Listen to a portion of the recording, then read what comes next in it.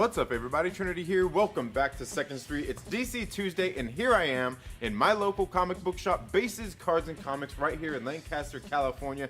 And we just got done doing all the pull lists and everything, bagging and boarding all the books, getting everything ready for new comic book day tomorrow. And today I am here to present you all with my comic book pull list. I am going to be going through Marvel, DC, then into small press and indies. And guys, this week I do have some Marvel, and if you don't know what a comic book pull list is, there should be a video right up there where you can go and learn a little bit more about that. But let's get right into this, and what a great week it is, starting off with Marvel. Like I said, we've got Black Widow issue number 5. You know what? I was going to finish this series out, but it looks like this series is not done. I seen actually issue number 6 was solicited. Here I thought it was going to be a 5-issue miniseries.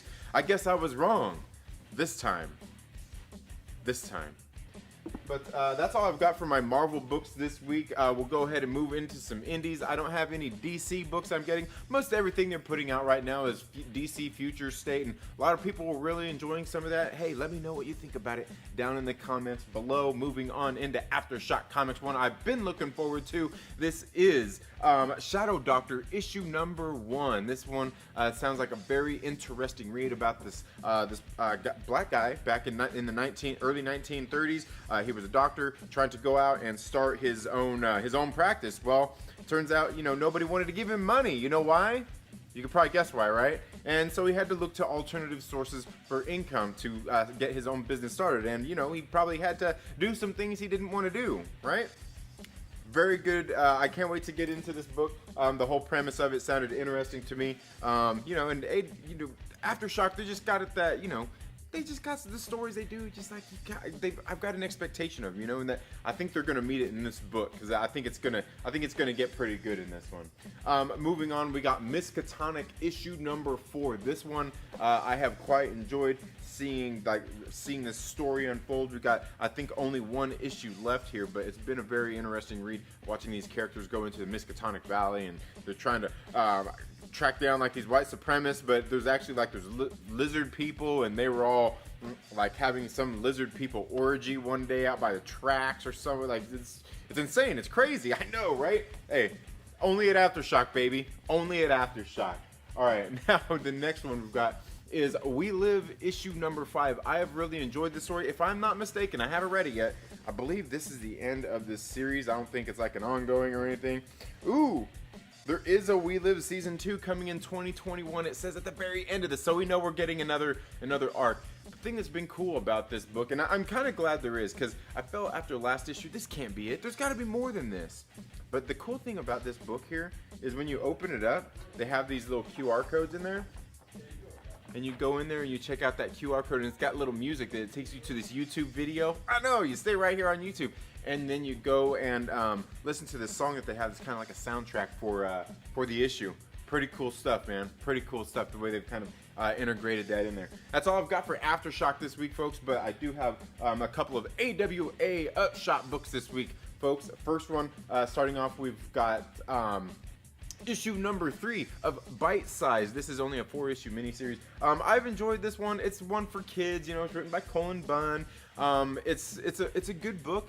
Definitely if you have kids. I mean, like I said, most adults probably not into this unless they're like me and they're here reviewing comic books, or maybe they just really like AWA Upshot Studios. Hey, maybe you're in that boat too. Let me know down in the comments below if you're reading Bite Sized. Are you? Really? Come on, let me know. Also, we've got American Ronin issue number 5 of 5. This series is finishing up. I've really enjoyed this series so far. Can't wait to get this last issue read, and then soon here in a couple months we will be getting the trade paperback of that as well. And in case you don't know, their trade paperbacks are only $9.99. It doesn't matter whether it's 4-issue miniseries, 5-issue, 6-issue. I think they've really only had one 6-issue miniseries so far.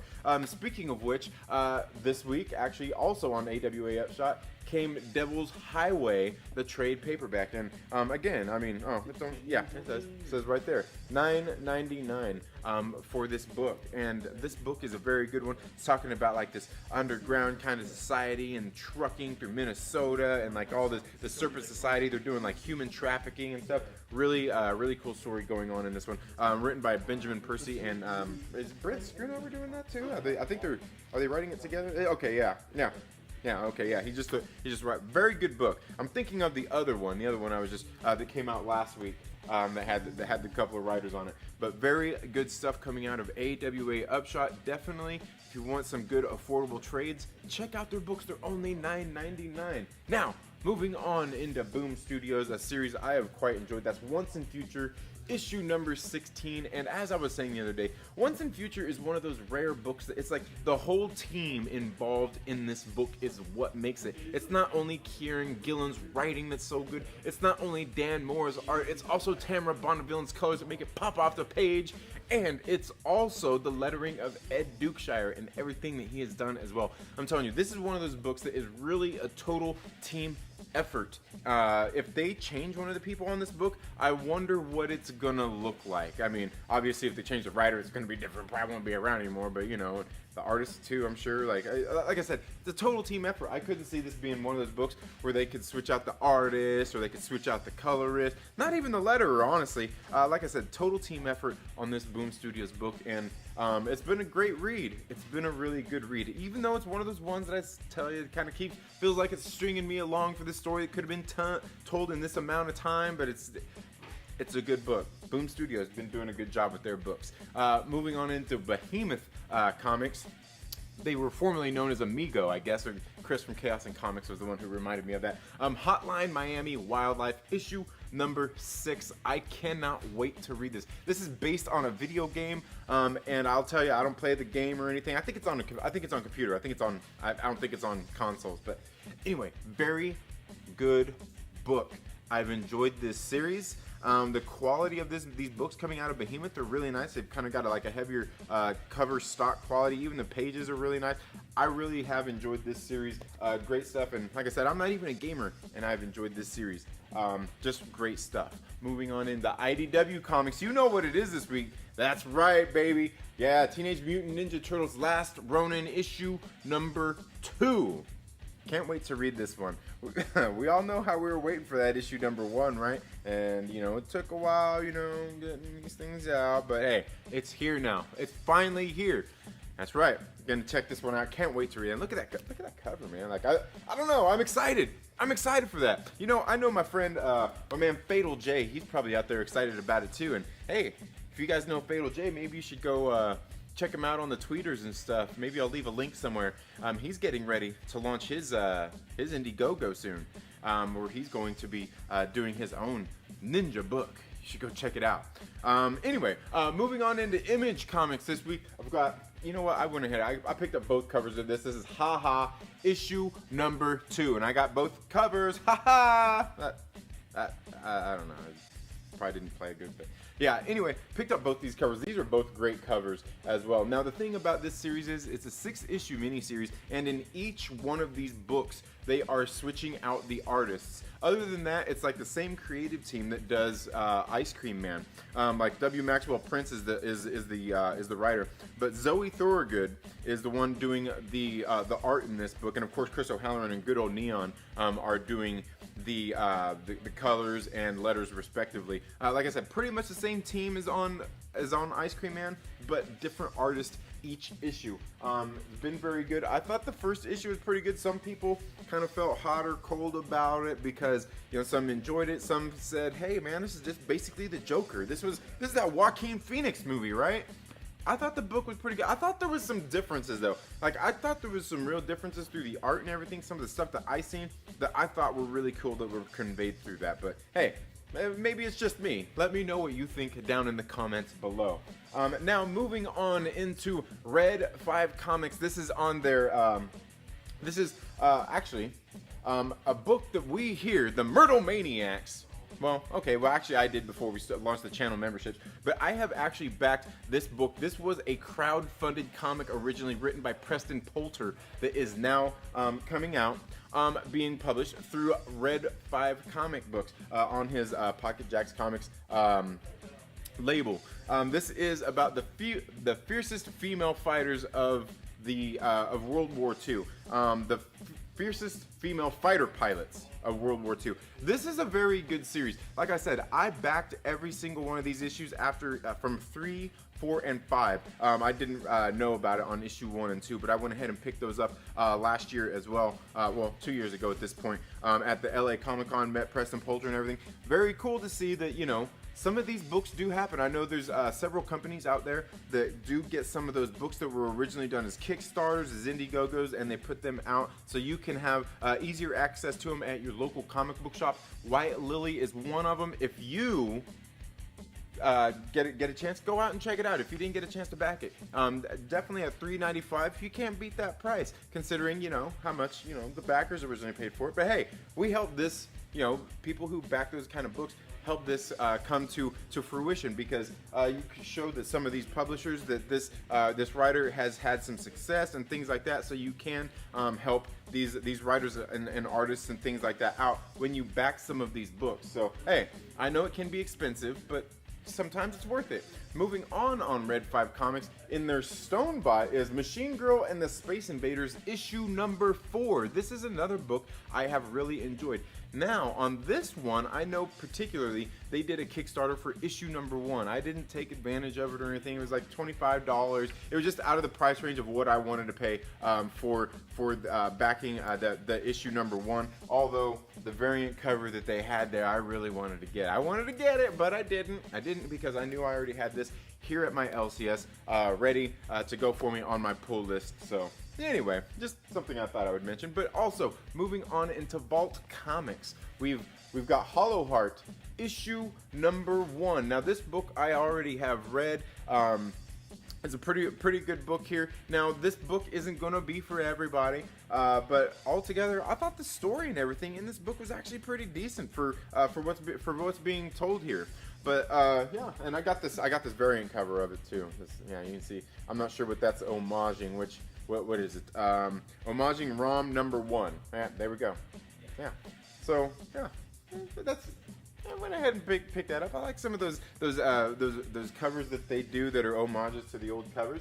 Now, the last book on my comic book pull list this week is also on Vault Comics, and this is the Picture of Everything Else issue number 2. This is another book I have really enjoyed. Went ahead and picked up both of these covers because I just can't help myself on some of these books. And plus, it's on their Nightfall series. It's their horror series. I love horror, and I love what Vault Comics has done with their Nightfall line. A lot of great books on those, but that's all I've got for my comic book pull list this week, guys. Let me know down in the comments below what's on your comic book pull list, and what of these books would you like to see me do some more in-depth reviews here on the channel of. But what's up, everybody? I hope you're all having a very good day. Thank you so much for being here. Yeah, I got that shot yesterday at the beginning of the video. You probably heard me say it's DC Tuesday and all that stuff. Yeah, I shot it early. I'm going to LCS every week, and I help them bag and board the comic books, and it's always a very good time. I hope you're all having a very good day today on this new comic book Wednesday. Now, it is Wednesday. You know, I'm a little bit later than normal. I'm back to my usual time at 8 a.m. Pacific Standard Time, which is for the most part when I actually like to do the streaming. The kids are in school and everything. Everything's, you know, finally falling back into place, and also along with my workouts as well, which is, you know, should we call this Weird Flex Wednesday? Did you see the thumbnail where I was sitting there flexing? I was sitting there pointing at my books, but I was really sitting there pointing at my biceps. Ooh, I'm not flexing right now. I swear. I swear. No, but I actually, you know, woke up this morning, got my workout done, which is, you know, what I usually try to do. You know, usually try to start within an hour of waking up, right? And it's the best time.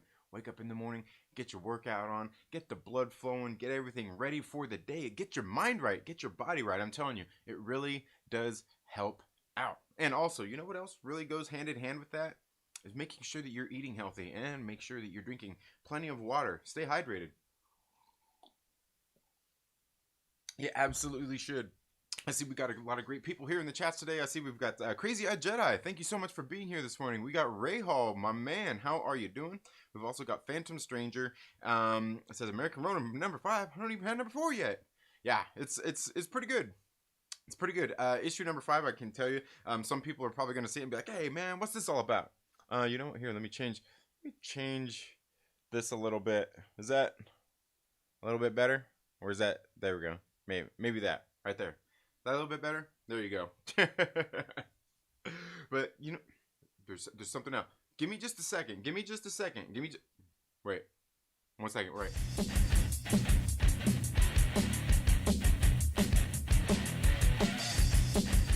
All right, there you go. There we go. Sorry, we're back. Brief interruption there. But yes, let's see. Who else we got here? We got Jonathan Velasquez, one of the Myrtle Maniacs. How are you doing? Epoch Catharsis, how are you doing? Kendall Davis, my man, what is up? Guys, make sure, Kendall here actually just started a channel called Normies to Nerds. Go check it out here on YouTube. Released a video. You should go check it out. But yeah, called Normies to Nerds. Definitely go check it out. He did his first video. It was actually really good. Wait, I can't wait to see. That's one of the things since I started YouTube as well. I mean, dude, I'm a small creator too, man. My channel is not big, all right? But what I do have on this small channel is a bunch of awesome people who come here to help support it. And Kendall is one of these guys. Found out here just through the nerd community and everything. And Kendall, if you're listening still, you'll get better as time goes on. And guys, if you're watching, you'll get better. One of the things I've always liked here about YouTube is watching small creators. I like watching small creators and watching them grow. There's a couple people that I started making content with around the same time, dude. Like they've just like freaking blown up like crazy. Awesome.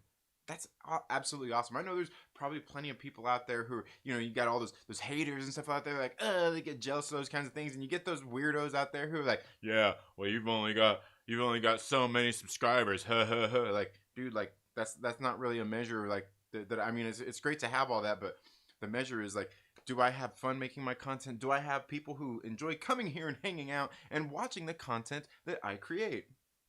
I think so. We're getting there. To me, that's more important than my subscriber count and all that stuff. And you being here means a lot to me. I greatly appreciate it. Let's see who else we got here. We got Alois Dotto. How are you doing? It says, is this live? Thought it was a premiere. Yeah, it's live right now. That intro video will actually be up on the channel a little bit later for you to watch just on its own instead of the live stream here. And yeah, absolutely.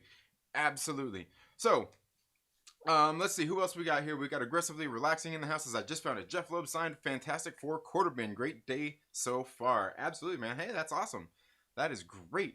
Guys, and Aggressively Relaxing is another channel out there. You guys got to go check them out, man. Just great stuff. We got my man Mike Porter in the house. His Trinity and his flex schedule. I'm kidding. But my arms are pretty blasted right now. They're hurting. They're sore. My triceps, my biceps, my shoulders. It was shoulder and arm day. Darth Stewie, thank you so much for being here. Glad you finally made a live stream. Absolutely. Thank you so much for being here. Sylvester M. What is up, my man? I hope all is well with you, man. Hopefully Young Rippa gets to go live again later today, man. I know they're having a bunch of inclement weather out in Texas that they're not used to. Now it's funny, I'm actually from the Midwest, so I grew up in the Midwest, but I grew up a little bit north of there in Kansas, and right there in Tornado Alley, and that's something I'm kind of used to, like snow and weather and all that kinds of stuff. But we're used to it in that region, like even here where I'm at in Southern California, we're used to snow. Because like Mountain High is not too far from here.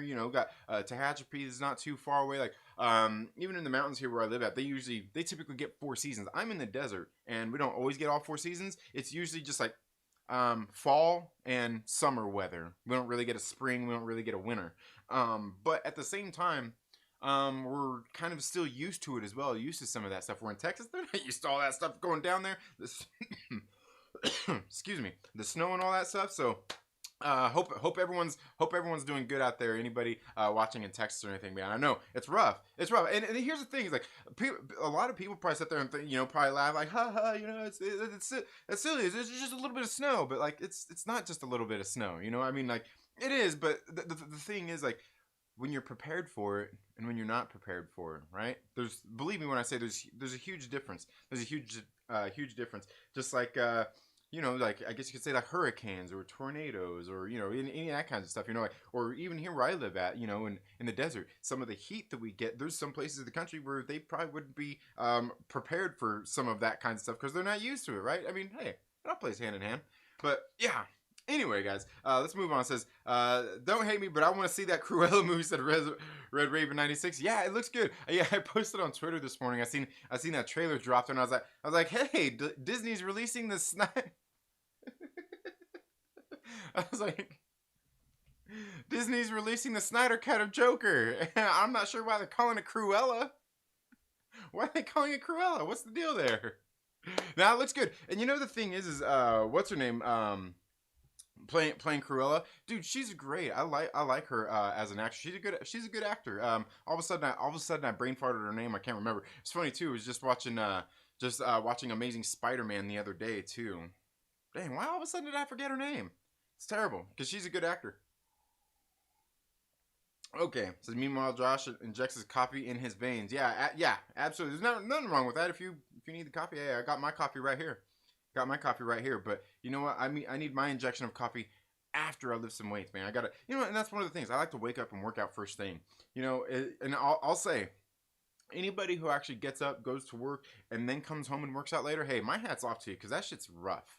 That is rough. Getting off of work after a long day at work and working out, no, not for me. It looks great in all those lights. Oh man, that's funny. Okay, Normies to Nerds. Yeah, Normies to Nerds is the name of it. Go check it out. For me, doing YouTube is YouTube badly is success. I'm going to sub to Kendall right now. Awesome, aggressively. And guys, I'm telling you, you gotta go check out. Aggressively is joking about being bad at YouTube, but I'm telling you, his stuff is on point. It's great. It's great stuff. Just like there's another channel out there, one of my favorite channels. He hasn't been around for a while uploading content. Not really sure what the deal is. I'm sure, hey, this last year has had put a lot of people through the ringer. But it's this guy, a channel here on YouTube called Comics on the Pyre. Pyre. Yeah, Pyre. Comics on the Pyre. You got to go check him out. He's released about 4 new videos here over the past few days. Great stuff, man. I love the way he talks about stories. Like his writing style, what he does on his channel is really great because he breaks stuff down and he really like me. I'm like here's a comic book. Here's what it's about. It's cool. Check it out. Here's the art. Check it out. And I'm like, but he's good at really getting in there and breaking it down and stuff. And it's funny too the way he does it because he's not always talking about this talks about the art and the stuff the same way I do, or a lot of people do. I don't know. It's like he's telling a story in and of itself. Great stuff. Let's see. Big Stevie W, how are you doing? Thank you so much for being here. So what are we talking about? Well, nothing right now. Just kind of saying what's up to everybody. Getting caught up in the chat. Going to talk a little bit more about some comic books. But if there's anything that you guys want to talk about, let me know down in the comments below. I'll do my best to answer it. And see what it has to say. Let's see. Obi-Wan the homie, what is up? How are you doing? Myrtle Maniac. Guys, and look, just to let you know, there are going to be some new, not member badges. I got to work on some more member badges, but I've got in the works. Yeah, I've got some new emojis ready for you guys to use here very soon. Yeah, Emma Stone. Yeah, why couldn't I think of Emma Stone? She's so great too. And what's funny is just the other day I made my kids watch The Rocker. Not sure if you guys have ever seen that. It's got Emma Stone, Josh Gad, Rainn Wilson. I can't remember the other kid's name in it, but it's also got some other great people in too. Fred Armisen, Brad, man, why all of a sudden I forget his name? But it's also got Will Arnett. Will Arnett, you guys know, the greatest Batman in cinema history. Yeah, the greatest big screen Batman that we've had. Yeah, Will Arnett. Yeah, he's in it as well. Oh man, why can't I remember Brad's name all of a sudden? Anyway, really, I don't know. It's kind of a funny movie, one of those coming of age stories. But Emma Stone, she's in that too. She's great. And like I said, I really do like Emma Stone and a lot of the stuff she's in. She was Gwen. Yeah, Gwen. Yeah. And like I said, I know a lot of people hate on Amazing Spider-Man. I actually think Amazing Spider-Man is pretty good. Can't find Kendall's channel. It's Normies to Nerds. I think it's Normies the number 2, and nerds. I could be wrong. Okay. Cannot find it. Why don't know you had a channel, dude? Oh, I don't know. You know, like I don't try to plug it. I don't try to, you know, do all that stuff. When we're nerd binging, I'm there to nerd binge. I'm not there, you know, like trying to plug all my shit. Anybody watch the trailer for Chaos Walking with Tom Holland? I did. I don't think I did see that one. Let me see if I can find normies to nerds here. I'll drop that link here in the chat here. Where's he at? I know I just subbed, so he should be at the top. Oh, dang it. Okay. Normies to nerds. It's something like that. Yeah, there we go. I think I've got it. We're going to get there. We're going to get there right now. Okay, here it is. There's Kendall's channel. I'm pasting it right there. Bam. You can go check out his channel. Very good stuff. I like the Garfield Spider-Man movies myself as well. Yeah, they're not terrible. Look, they're not the best thing. I won't make any argument like there's some sort of great mind-blowing stuff, but you know what? There's definitely elements of the first movie I really do love. And the second one, that's a different story, but it does have the most comic accurate Spider-Man suit that we have seen. Now, okay, getting into some comics, guys. One of the things I want to talk about was if you caught the intro of the video there. One of the things I was talking about was this comic book by Vault Comics called Hollow Heart. This is issue number 1 right here. Now, I was sent out. I don't know, a little over a month ago, sent out a copy, because, you know, I work closely with my LCS and everything, sent out a copy from the, God, what is he? I know Adrian Wassel, he's the editor-in-chief, at Vault Comics. He's one of the family members who owns this company. It's a family-owned company. But Adrian Wassel sent me out this, a copy of this to review and kind of let the LCS know, like, hey, you know, check this book out. Now, this book right here is not going to be for everybody, like I said earlier in the video, because the character here, the main characters, they're gay. I know, right? I know, they're gay. And you know what? Look, can we be adults for a minute here? Can we be adults and not be offended that there's a gay person in a comic book? Look, that's what's in the book. You either like it or you don't. I'm an adult, right? I've watched plenty of movies with gay people in it, with gay main characters and all that kinds of stuff. I can handle a comic book with gay characters in it, and it's not really like pushing an agenda or anything. Plus, you know, that's the other thing, you know, a lot of people always talk about the comic books these days and the agendas in them and all that stuff. Look, for the most part, people are talking about Marvel and DC Comics and what they are doing with our these characters that have been around forever. You know, it's one thing to change Iceman, right? It's another thing to have your own project in which you do that. This book right here I thought was actually really well done. Is it a series that I'm going to be into and continue reading? Probably not. But the setup in here is really good. The story being told, I understand what's going on here. You can see there is a mechanic named Mateo that is working on this robot named L. Now, L is a robot, but he's kind of like RoboCop in a way, in the sense that he's basically got a brain, he's got organs and everything like a human, but he got put into this robot body. And really what's going on, and he's made to go fight, and I guess he's one of the better fighters they have. Now, the thing is they basically are slaves to this as well, and he's trying to find a way out. He keeps trying to escape from where they keep him at, and you can kind of see a lot of the characters here involved. There's the guy that's in charge of him that don't like him at the very beginning. We kind of see we can see some instances of abuse here. You know, you can see right there where they got, you know, the characters getting kind of beat up. This dude's being a prick here. You know, really beats him up, right? And so you see that. Well, what you see is this mechanic comes to work on L, kind of gets him all fixed up, and he's sitting there talking to L. L don't want to talk that much, and he's sitting there talking to him about, you know, just his situation. He's like, hey, if I fix you up, you're going to try to escape again. If I try to help you on some of these stuff, and he's like no, and like. So what the mechanic guy does is he's not trying to be slick. He goes up and, like, to get L to open up, goes and shuts off the little camera monitor, but he doesn't really unplug or anything. He just turns off the little light, makes it look like they're not monitoring him because he knows the people upstairs are still watching.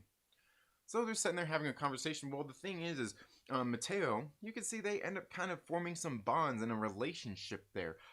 Very, very interesting story. Now, the thing is, we see that the character Mateo is gay, and it's kind of obvious here through some of this, as he's some interactions with that guy who is beating up Elle, as we can see right here in a bar. Things kind of, you can tell these people know each other pretty well. But then we also see that this guy Mateo ends up going out. He's like on Tinder and everything, swiping left. He's looking for a man for the night. But altogether, like, I thought the story and everything was pretty good. Like I said, it's got a gay character in there. It doesn't really feel like it's like pushing some sort of gay agenda or anything. You just got gay characters in here, and people who end up forming a relationship. And hey, like I said, I'm an adult. I can handle reading stuff with gay characters in it. If you can't handle that, that's okay. There's nothing wrong with that. You don't have to read it, right? Like I said, it's an independent comic. That's what for me, that's what indies are for. You want to do and tell your stories and all that kind of stuff, get your representation and everything like that. That's what you do, is you create your own story, you build your own world, and you do that on an independent publisher. You could do it at Marvel and stuff like that. You could create a new character, but that's the thing, is create a new character and have this world in which they live in, and not be pushing the whole thing that it's all on the nose and everything. Now here, they didn't really lay it on thick. It was just characters interacting, what I felt was kind of in a very natural way.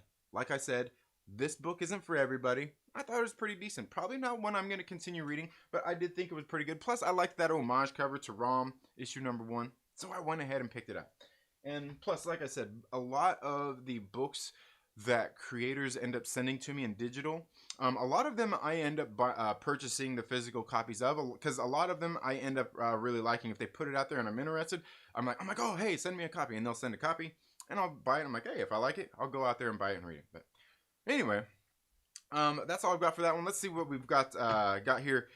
What's all going on in the chats? Let's see. I feel that, man. Nerdvenger time is Nerdvenger time. Yeah.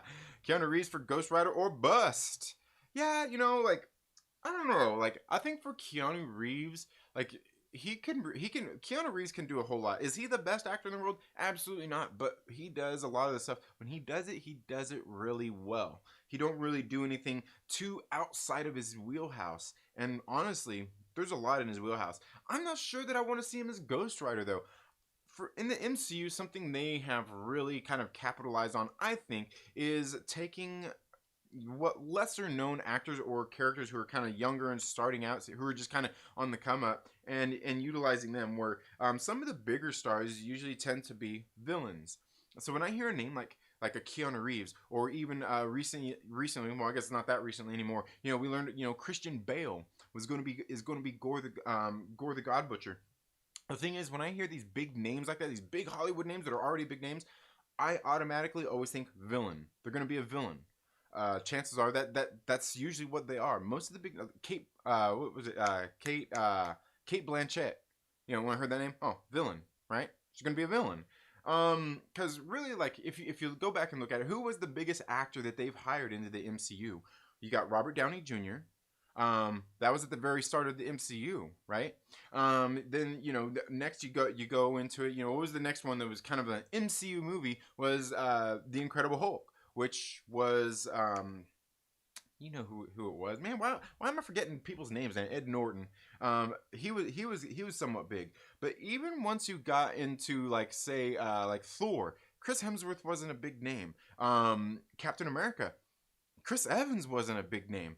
He was on the come up for sure, absolutely. But like hell, I would easily argue that, like, in Thor, Natalie Portman was a way bigger name than Chris Hemsworth was. Way bigger name.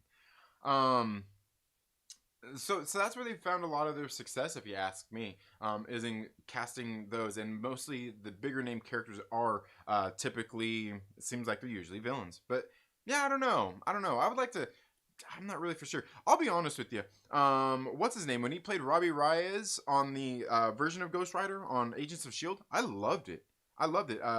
Gabriel Luna, I loved that. I thought he was really good.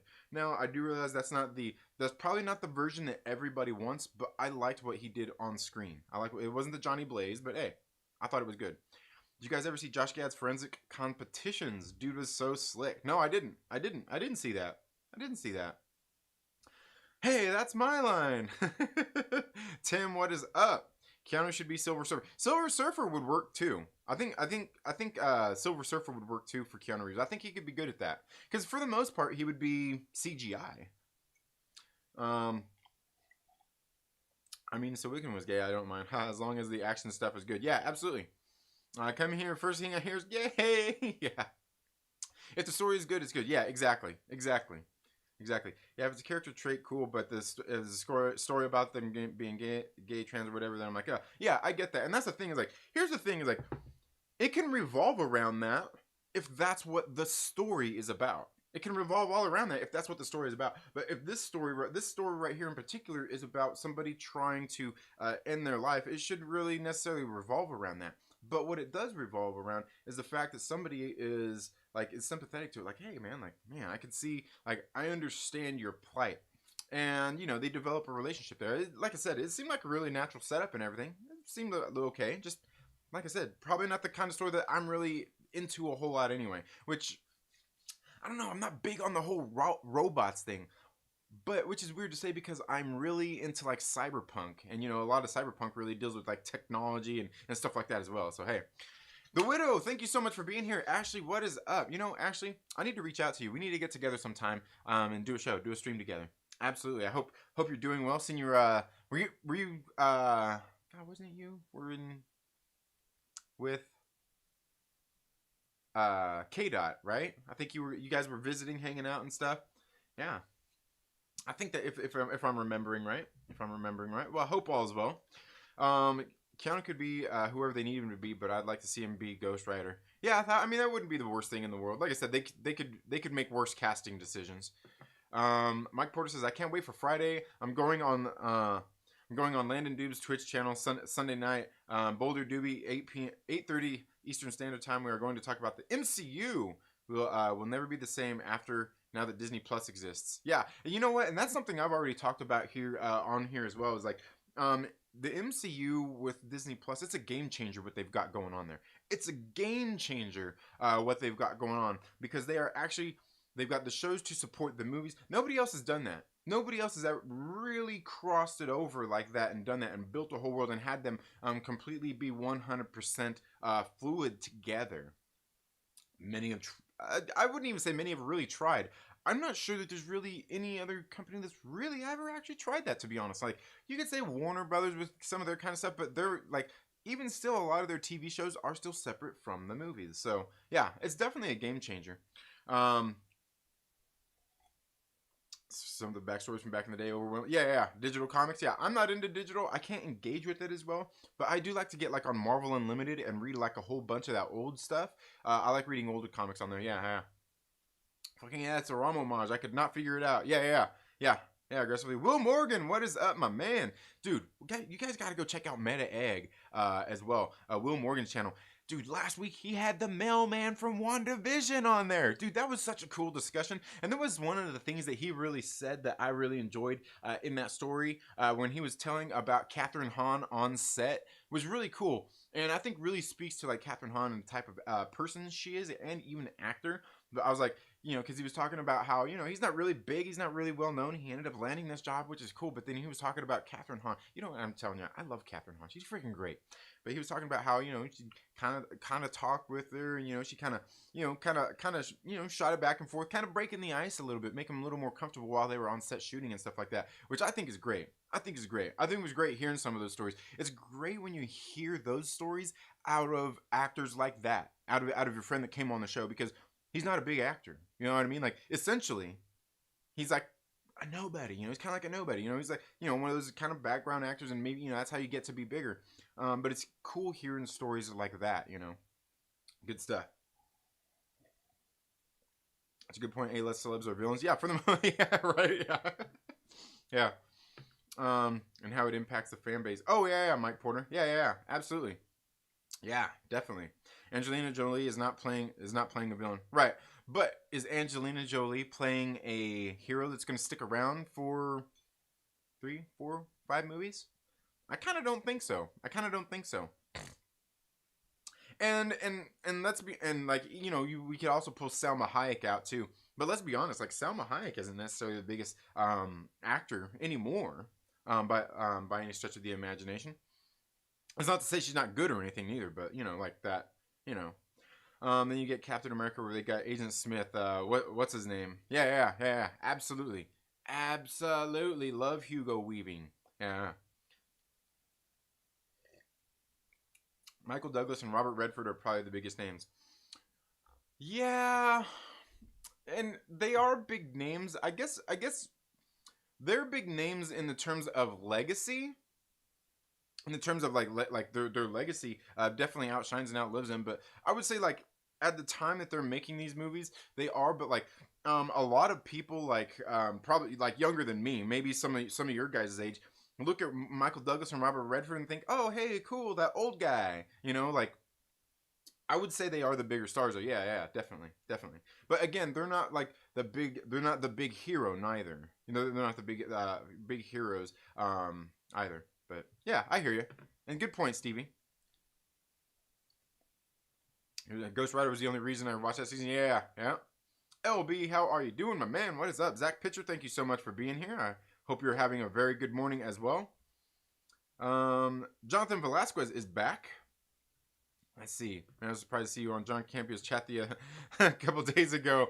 I was like, oh, he's here, nice. Yeah, I hang out there in the chats a lot, and I've been seeing like some of the different people in the community there interacting and stuff. Yeah, I'm telling you, like, you might be surprised how many live streams I actually hang out and listen to and see people talking and interacting in the chats. I do a lot.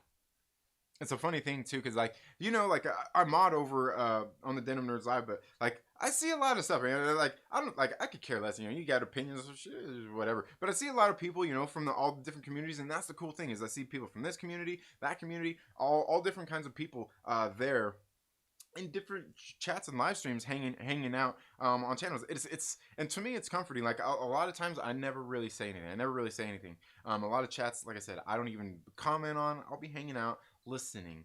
But it's great to see how people are in the different communities and stuff as well, how people interact, because I know some people do interact a little bit differently, especially if you're in a live chat where I'm moderating that shit. Yeah. But no, I do spend a lot of time like that, you know, like I said, I hang out in a lot of chats and stuff. Yeah, good stuff, man. Good stuff. Let's see. Yeah, I'm stuck in Houston. Oh man, yeah, that sucks. Well, I mean, to be stuck there. I mean, it's cool you're around friends and stuff. Though. That's cool. Hype for WandaVision episode 7 Friday. Man, I cannot wait. Synthesis points to Disney. Synthesis? Huh? What'd I miss? I must have missed something.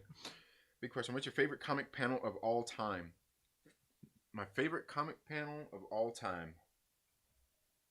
Man, that's hard to say.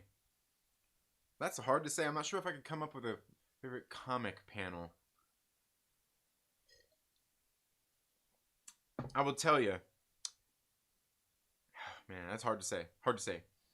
Star Wars MCU OG. Enjoying your live stream. Came over from the Den Nerds. Thank you so much for being here, Star Wars MCU OG. Do you think the Beekeeper will turn into Swarm? I don't, actually. I don't think he's going to turn into Swarm. I'm honestly wondering if he's anybody major at this point at all. If it's just kind of one of those things like a misdirection to get us thinking, oh, hey, is that AIM or is that so-and-so? Which I still think it very well easily could be. But, you know, there was something somebody else, I think it was Josh, was mentioning in one of his videos yesterday, is it seems like there's a lot of misdirection going on. They're paying off a lot of this stuff. But, you know, and I think that's the thing that's keeping us kind of all off balance, because there's so many elements of stories going on in this that I've seen. I could tell. You see Vision and Scarlet Witch series in here. You see the Vision series in here. You see House of M in here, and I see Avengers Standoff, the Assault on Pleasant Hill in here. So there's so much they've got going on in here. And it's like they're kind of tipping their hats to everything, and they haven't told us anything. And it's interesting too, because that leaves us with so much speculation that we could do, because like I said, we don't know anything. Like seriously, I'm like after every episode I'm sitting here scratching my head like, dude, like what could it be? What could it be? Interesting thing was, remember that calendar in WandaVision episode 1? Remember? They're looking at the calendar. It's funny, if you scroll down if you look at the very bottom in the corner of it, you know, it would normally say Better Homes and Gardens. right? It reads foster homes and gardens, right? Interesting. Very interesting. Especially considering, I mean, a lot of us know the story about Bova. You could also look at the fact that the Maximoff kids, they actually lived pretty much in all foster homes. Because their mother took them to Bova to keep them away from Magneto. Didn't say anything. So after their mother initially dropped them off, they were done nothing but raised in foster homes. You could take a look at it at Bova. You could take a look at Whizzer and Miss America. You could even take a look at after that they had that was when they had the Maximoffs, the last ones who took them. So it's very, very interesting. Like I said, this series is tipping its hat to so many different things. And I think that's kind of what's keeping everybody all off balance on it. It's really crazy. It's really crazy. But episode 7, I don't know. Episode 7 is going to be interesting. I wonder if we're going to get another episode with more being in the Hex, the TV stuff, but I don't think any episodes from here on out are going to be solely in the Hex telling the television story. I think we're going to get a little bit more of that. I actually think that we've probably got maybe 2 more episodes right around the 45-minute mark, and then maybe that last one is going to push 50 minutes.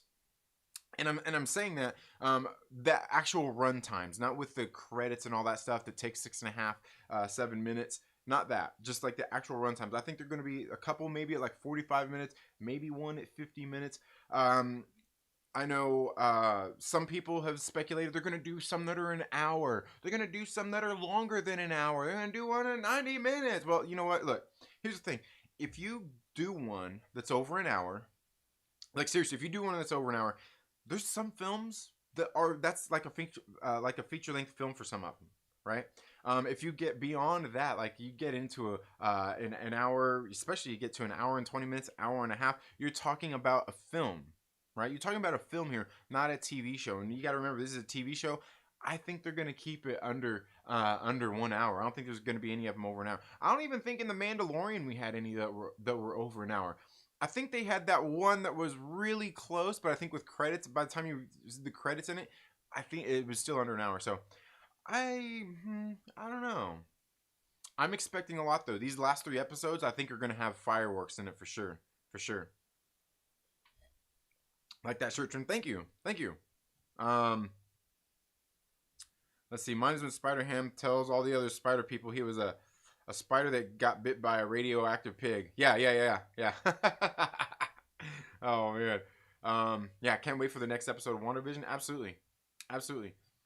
We just started watching WandaVision. Dude, it's so great. Broseph Russell, what is up, my man?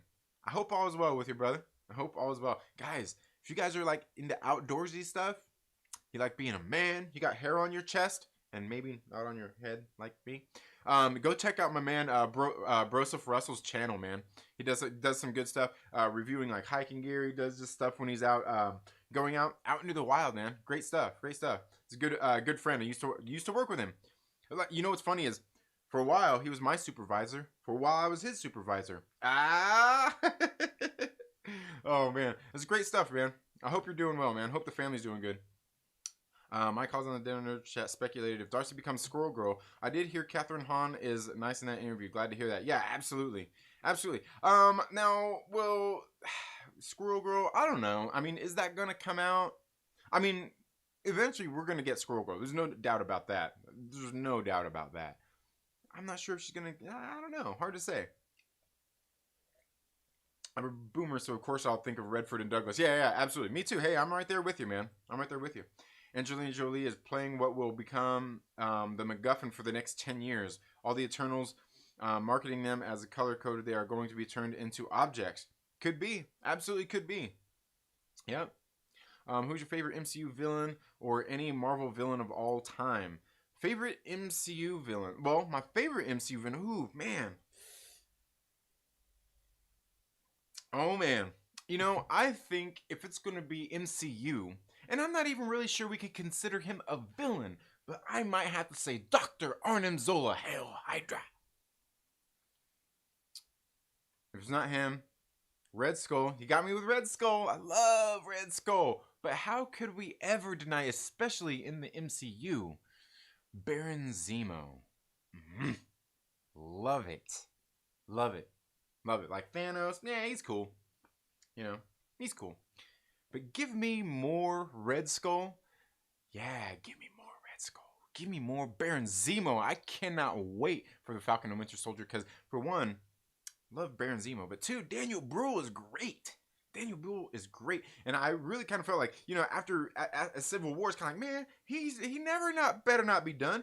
Because you know that whole last scene, right, with him and Martin.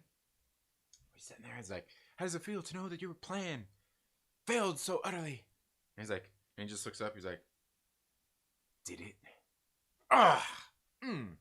Love it, dude. Love it.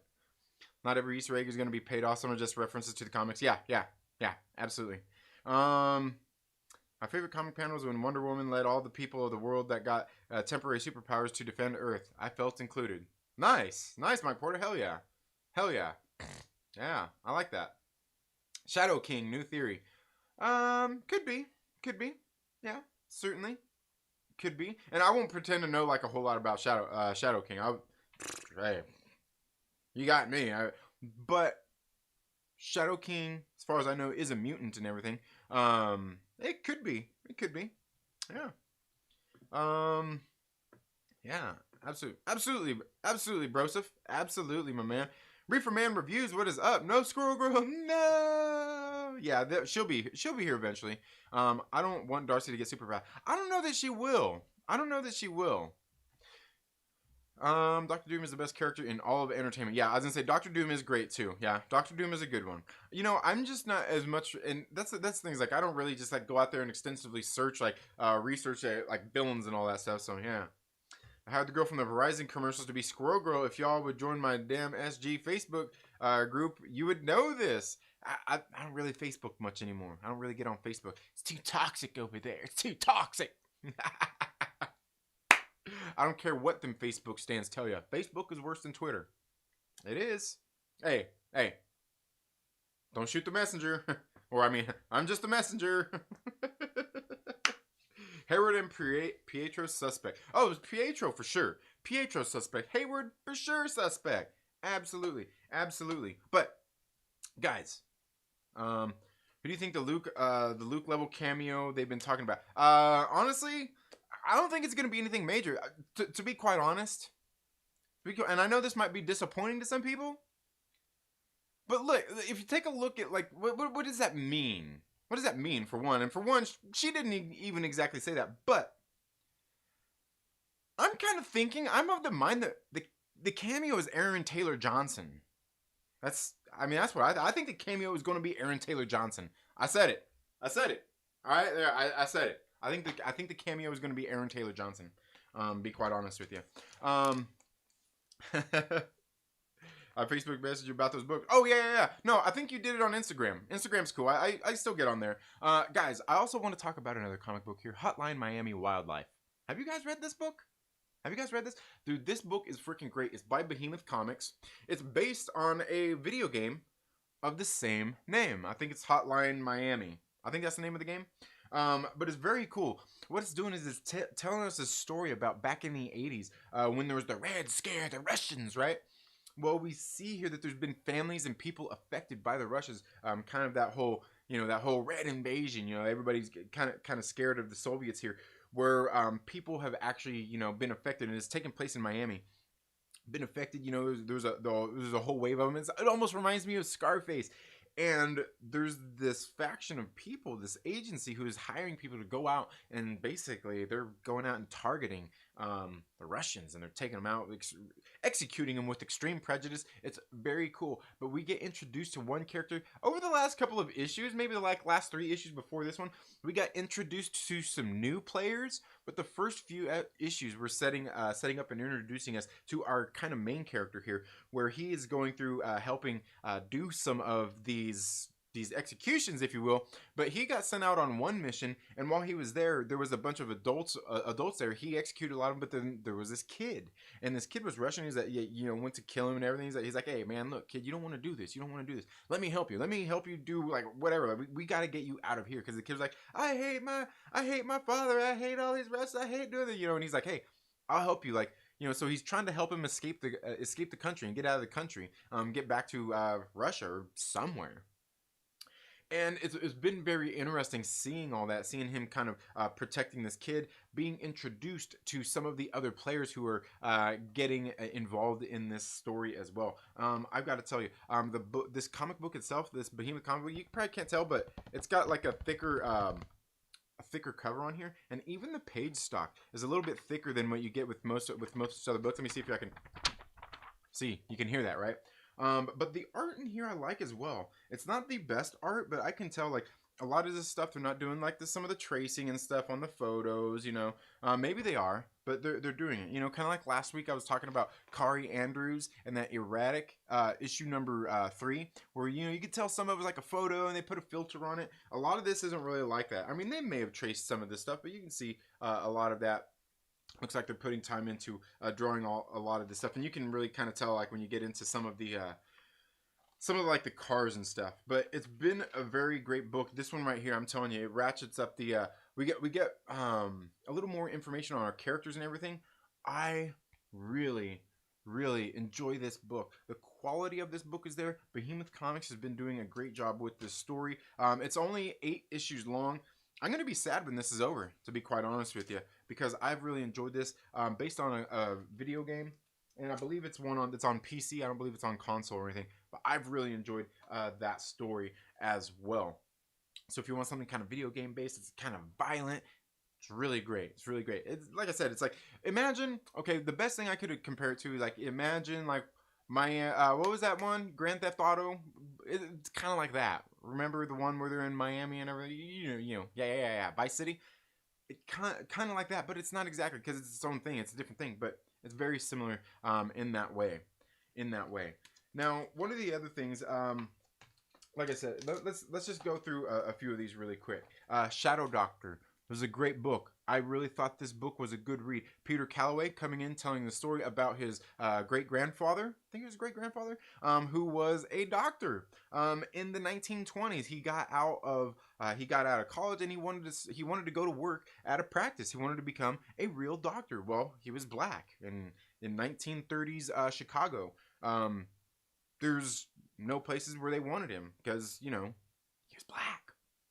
And so he couldn't get hired. So then he went out to get a loan to start his own practice. He was like, I'll open up my own. Well, he went out to get a loan, and naturally, he's black.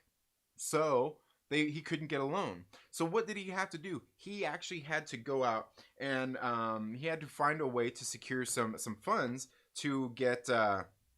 He had to go out and find a way to secure funds to start his own practice. And what did he do? He kind of leaned into what he knew from his past, and that was Gangsters of Chicago.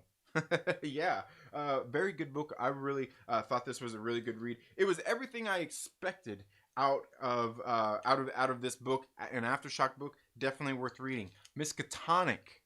Issue number 4, written by Mark Sable. This story has been really good too. I've enjoyed it. There's one issue left in here where we see these they're not FBI yet. They're just the Bureau of Investigations here, where we see they were sent to the Miskatonic Valley to investigate these bombings. They thought there were some white supremacists there, but it ends up there's some of that going on, but a lot of kind of what it is, they're worshiping this old Cthon type of character, this Hydra, if you will, right? Hail Hydra. And there's these lizard people out there, and they're having like orgies and shit, and you're sitting there like, dude, I want to get down with these lizard people. I'm kidding, but they were some freaks, man. They were some freaks. Been a pretty good story here, especially like this issue number 4, the penultimate issue, getting ready to go into issue number 5. Really enjoying this series as well, as just kind of meets that expectation of Aftershock Comics. Another one that just this week right here as well is We Live issue number 5. This book right here, I thought is really good. The Miranda brothers doing a great job on this one. This one really like hits me right in the heart because like it's really engaging in that way. You're meeting these kids and they're like the world is getting ready to end and like there's these bad guys and you know you can really trust some aliens, right, who want to take your kids off into space to restart the earth. Well, we learned it. Like I was suspect of that. Well, we learned in this issue actually there's not really as much to be suspect about, but there are obviously bad people in the world trying to prevent some of these things. Issue number 5 here ends on a nice little cliffhanger that is actually opening up a new world of superheroes. Right. Aftershock don't do a whole lot of ongoing series. This one right here, it looks like they're actually setting up a new world of superheroes. Very, very cool. I want to see what they're going to do with this book going forward. American Ronin, issue number 5 of 5. I thought this book was good. I'm guessing we're going to be getting a second series of this as well, just based on how American Ronin issue number 5 started. And again, in this story, the character ends up, you know what? He's gay. Yeah, and again, it's one of those things like I was talking about earlier. They got a gay character in here. It's not a big deal. They don't make a big deal about it. They're not trying to shove it in your face, and they're not pushing any kind of agenda with it. All it is you got a guy who is an assassin, and the way he goes out and tracks his subjects is they get their DNA, and these people are trained in this. They have their their empathetic receptors, and they take people's DNA, like their blood and shit, and they inject it into themselves so they can get into people's dreams and their thoughts and their fears and all that kind of stuff. And instead of actually going out and trying to like kill people like violently, you know, like with guns and all that stuff, what they do is they actually get inside their heads and psychologically try to get them to, I guess you could say, off themselves. Is really the best way I could say that. Is Shadow Doctor based on a true story? It is based on a true story of Peter Calloway's great, I think it was his great grandfather. It might have just been his grandfather. But yeah, based on Nathaniel Calloway. The cool thing here in this book is at the end, and Aftershock does this in some of their books. We're rewinding a little bit. Is that they put these things in the back of their book, which kind of explains like who some of these people are. Here we learn a little bit about Nathaniel Calloway and some of the things that he was doing and his determination in becoming a doctor. Also, you can see they're like related to James Calloway here.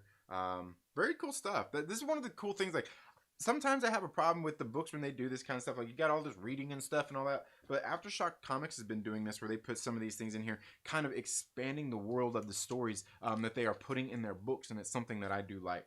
Really do enjoy that about that. Now, this next one, guys, right here. Ha ha. Issue number 2. This series, I gotta say, this book, issue number 1 was good. I thought issue number 1 was good. Some people didn't like it. Thought it really reminded them of the Joker movie with Joaquin Phoenix. This one right here. Oh, sorry, I'm all. This one right here, very good. I think the second issue might be better than that first issue was. Here where we're following the life of this young girl who's in the entertainment industry. She's actually doing burlesque shows instead of like being a clown. She's doing burlesque shows, but she has her own little her own little situation, almost like we've seen in the last book. And it actually has some tie-ins to issue number 1 as well. Again, written by W. Maxwell Prince. I thought this book was good. The art in this book I enjoyed too.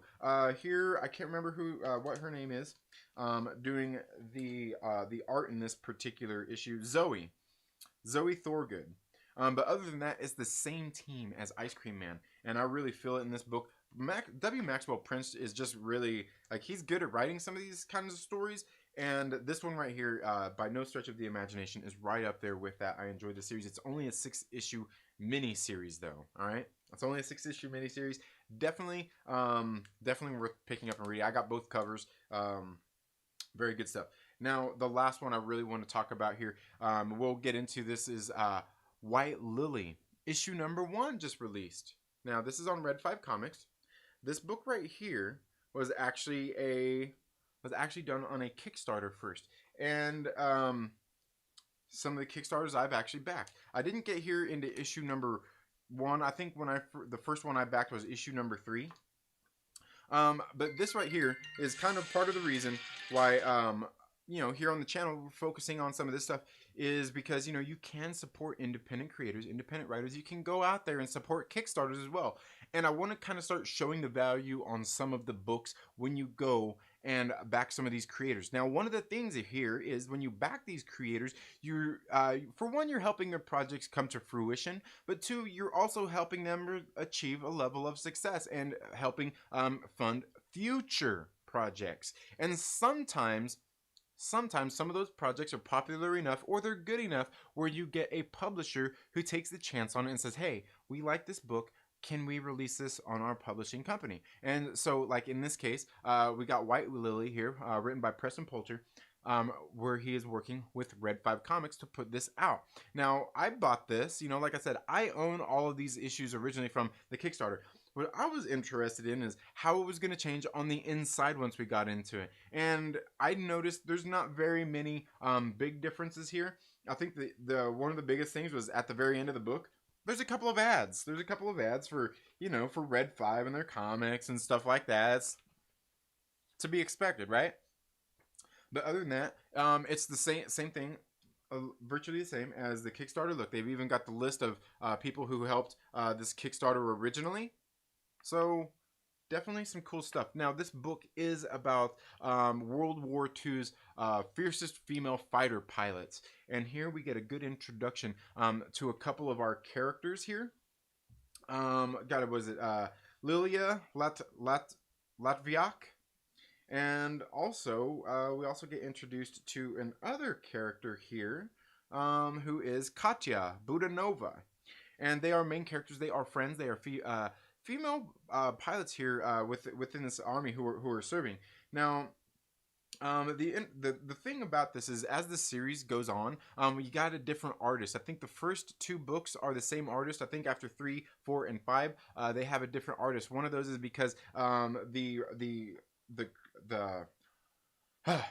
artist here, Lavelle Davis, actually met his demise. He passed away while they were probably after one of the issues, so they brought in a different artist. I gotta say, here in this issue, I do like the art that in this book. Now, the only thing, the biggest takeaway from here, the only really big bad that I see in his art style and what's going on in this book throughout these few issues that he did, is that there are inconsistencies in character looks, where a character looks one way one minute and they look different, and I guess this is probably one of the best examples I could show you right here, where you see the same character has got multiple different looks. Now, they are in different angles and stuff like that, I get that, but you could see just some of those things. But like I said, it's not bad.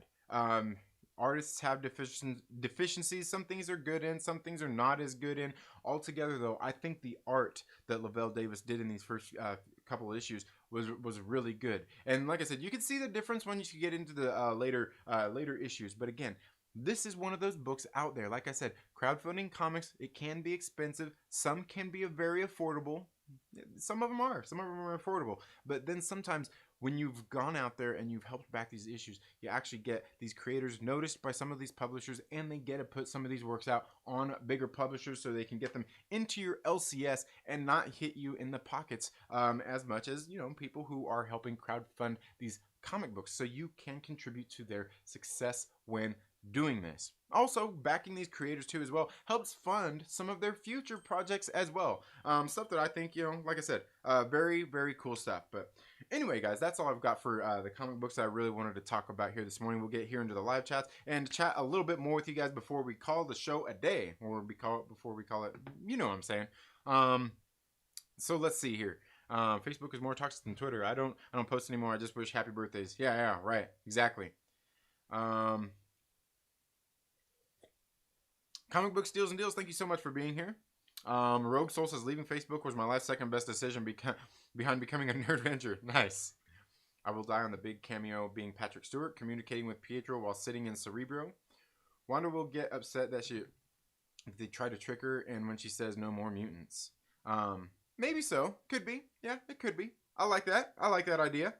Squirrel Girl is the best. Eats nuts, kicks butts, and computer science. Haha. Yeah. As I say, I know aggressively. He definitely likes is definitely into Squirrel Girl.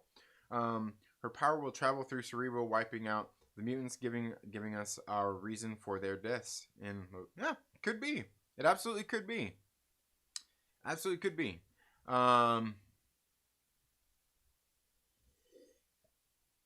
Yeah, no. More mutants. Right. Yeah, you got to put that comma in there. No. More mutants. Yeah. When it was just fun speculation, but I need more Darcy. What if she met Deadpool? Powers or no powers? She would break the fourth wall with him. Now that's comedy. Yeah. Elby says I'm a YouTube supremacist. Yeah.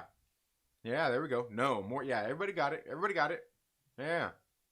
Yeah. Yeah. If anything, I think that would be the Luke level cameo. It'll be a crazy throwback to the comics, but it'll change everything, and all us comic sweaties would flip the hell out. Says oh yeah. Oh wait, which one? Who are you talking about? Which Luke level cameo?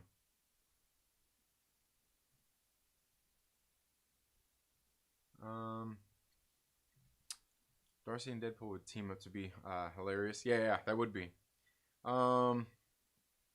With cameo is Deadpool, that'd be kind of crazy if the cameo was Deadpool. Yeah, that'd be interesting. Yeah. Ryan Reynolds has negatively influenced Tom Holland, Peter Parker. Yeah, absolutely. Shit, I need to get my books today. Yeah.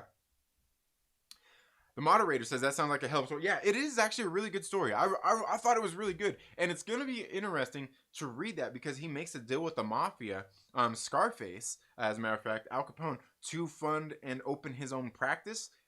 And he's having, to obviously, if you're opening up your own practice, chances are you're not making much money when you first start up. It's going to be interesting seeing that journey. Definitely.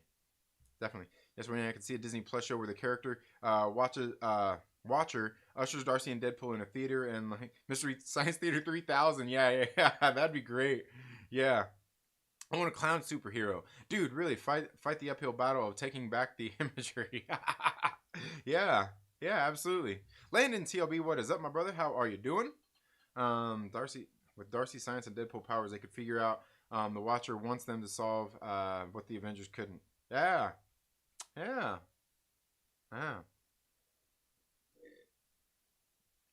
Oh man, great reviews shared on Twitter and YouTube. Thank you so much, man.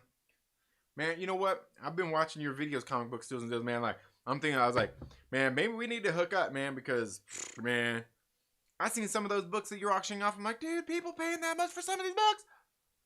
You were selling Ha Ha issue number 1 the other day. I'm like, dude, I've got 3 copies of that thing. I'm not that emotionally attached to it. Shoot, I'm a little more attached to that money. Especially when I only paid, cover price for them, and there are people on there paying those kind of price. I'm like, what? No, believe me, I've paid some coin for some comic books too. And what's funny is I actually paid for some expensive comic books, and a lot of them aren't even like, they're not graded. They're not like the old school ones. Yeah. Crowdfunding can be expensive, but hey, like I said earlier, you're helping people's dreams come true. Yeah. How do you store all these comics? In short boxes and long boxes. Short boxes, long boxes. Yeah, man. Evil Facebook. Yeah. That's all good. Thoughts on the Black Panther show? I can't wait to see it. It's going to be interesting to see how that works out, the Black Panther show. Like I said, the MCU, with what they're doing on Disney Plus, they get to expand these worlds, and that's the really cool thing here, is you get that expansion of these, and it's not in the movies. You don't have to watch it. Chances are, though, if you're an MCU sweaty, you want to watch it, though. And here's the cool thing about those kinds of things, is they don't have to be big epic shows. They don't have to be big epic shows. You can just tell stories, right? On these shows, you don't have to do big epic shit in all of them. You can just tell stories. Not that hard to do. Just tell stories. Simple. But yeah, I can't wait to see it. And the hard thing is with them not recasting Black Panther, which I think is a mistake, but hey, I get it. I think it would be interesting to see that. It's gonna be good. The Luke level cameo is Luke MCU Star Wars crossover. Ha ha. Now I don't think Kevin Feige already shot that down. He already shot that down. By the way, XR-kun, I beat you to yesterday's video. I even called you out, you son of a motherless goat. Mega Mime. Yeah, Mega Mime. That's funny. The most expensive comic I ever got was Dr. Afro book for $150, but only paid $20 for it. Ha ha! Nice, nice. Hell yeah. Who do you think the aerospace engineer is? You know, that's really hard to say. I mean, everybody's speculating that it could be Reed Richards and all that stuff. And it could be, but are we there yet? Are we there yet? I think they could sprinkle that in there, but I'm not really for sure. I mean, because I think about, like, who do we have in Marvel so far, in the MCU so far, that's an aerospace engineer. And that's where I come up with, like, I mean, obviously they're there. I mean, you could take a look, like, at the stuff that they've got in the MCU. I mean, they're there, but who would it be?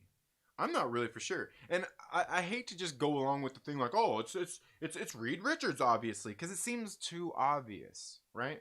Plus, that's what everyone else is saying. So I gotta go not with that, right? And not just to be different, because I don't think it's that. I don't think it's that. Yeah. Yeah, I was gonna say that's a good one though. Blue Marvel is a good prediction. I do like that. Yeah, that would be cool if they did the Blue Marvel. That would be great. People love the auctions, and I'm amazed how many people in this country have no access to a local comic shop. Yeah, a lot of people don't. I know where I grew up at. I don't think they have one. I don't think they have one there where I grew up at. Yeah. Hey, son of a motherless goat is my saying. I've been saying it for years. Yeah. Yep. How about this one? You guys see the size of that chicken? Okay, XR. You know what? I hate doing this. I hate correcting people, but it's recast. It's not recasted. It's recast. Just recast. Just like you didn't texted somebody. You text them, even if it's past tense. Oh, man. I was fucking terrible in language and English, and I've got to teach you people. Oh man. I'm just kidding, man. I'm just kidding. But yeah, it's seriously though. It's recast. It could be Reed Richards, Hank Pym, or Hank McCoy. People have talked about Hank McCoy as well. I don't know. I don't think it's Hank Pym. I don't think that he's an aerospace engineer, but I do think he has all the technology and know how to be able to do it. Look, he made the quantum vehicle. The quantum, yeah, he made that. So yeah, it could be. Yeah.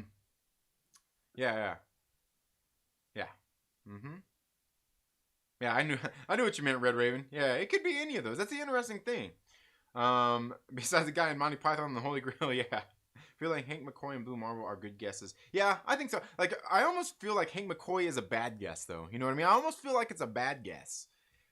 I'm like, I think Blue Marvel sounds more realistic, but I could be wrong. Going with Ghost Rider Nick Cage. Yeah. Oh, all right. We're in the spirit world, asshole. They can't see us. Texted it. Says Jason Strope. Yeah, man. What do you think Hayward's hiding? Well, you know what? Here's the thing is, and I've got a video I'm going to be releasing. It'll probably release tomorrow morning. We were talking with Gray. She came on and we were talking with her, but, and we were kind of on the same level here with this. I think Hayward is not just a distraction, but I think he's just a government stooge. Don't really know everything that's going on. Maybe not necessarily involved with it. He, as far as like being villainous, other than he is just a government stooge put in place to do his job. That's what government stooges do, right? They do their job. They follow orders. They don't question orders. He's a government stooge. I think that's all he is. I think he's a misdirect. Haven't seen the Holy Grail yet, but Life of Brian is funny. Yeah. Oh, yeah. Rogue I haven't seen that movie since I was a kid, but it's probably where I picked it up on. Yeah. Huh, not the bees. Oh, man. Yeah, one of the best comedies movies of all time. It is. First heard of that in The Three Amigos. Yeah. Yep. I want Beast and Wonder Man, the late night drinking and dancing with the ladies, then walking out and saving the city. Ha ha! Yeah, man. Yeah. And at this point, if you get at the point of everything else too, you got to think, where's Hank Pym at? You know, Hank Pym at this time, you know, he'd already beat his wife. Speaking of which, I was watching Spider-Man 3 last night. My son put it on. And I forgot about that. You know, in Spider-Man 3, how Peter Parker got all pissed. Man, he backhanded the shit out of Mary Jane, did he not? Like, he's like, get off me, bitch. He did. He did. And everyone's sitting there thinking like, oh, that Hank Pym's such a bad man. Look what Peter Parker did. Oh, man. That's funny, though. Yeah, I mean, it's not, I mean, dang, man, that sounds bad. Yeah. Now Trinity with grammar lessons. Next, Myrtle teaches trigonometry. Yep. Absolutely. Absolutely. Three Amigos, that's where I got it. Yeah. I made my kids watch that the other day. Three Amigos, it's been a while.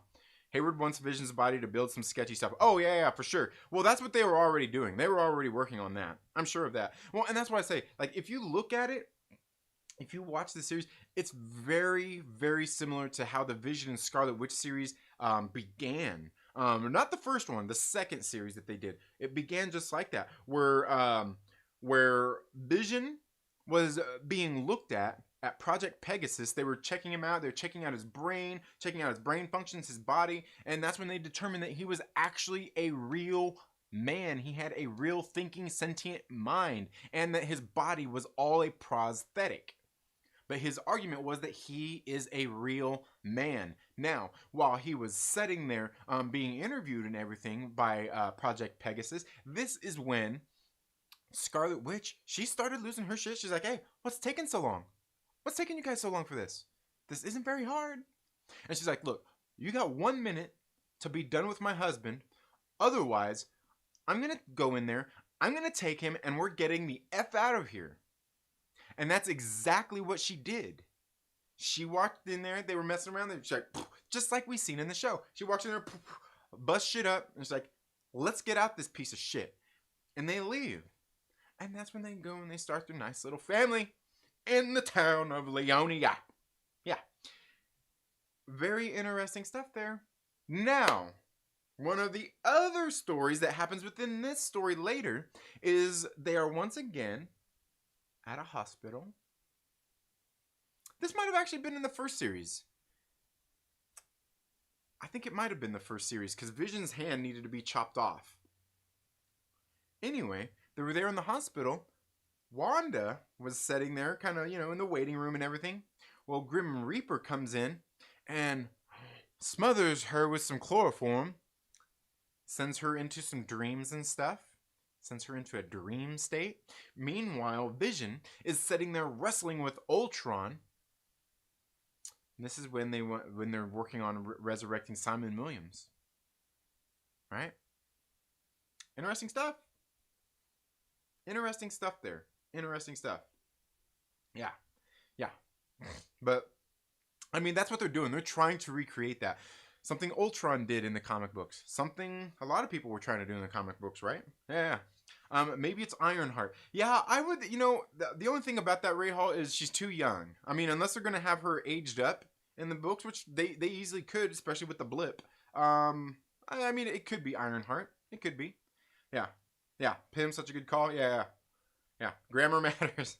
Oh yeah, and the Holy Grail, he said your mother, father is a goat, and the other smells like elderberries. Oh man, it's been a while since I've seen that. It's been a while since I've seen Holy Grail. I need to buy that one and make my kids watch that.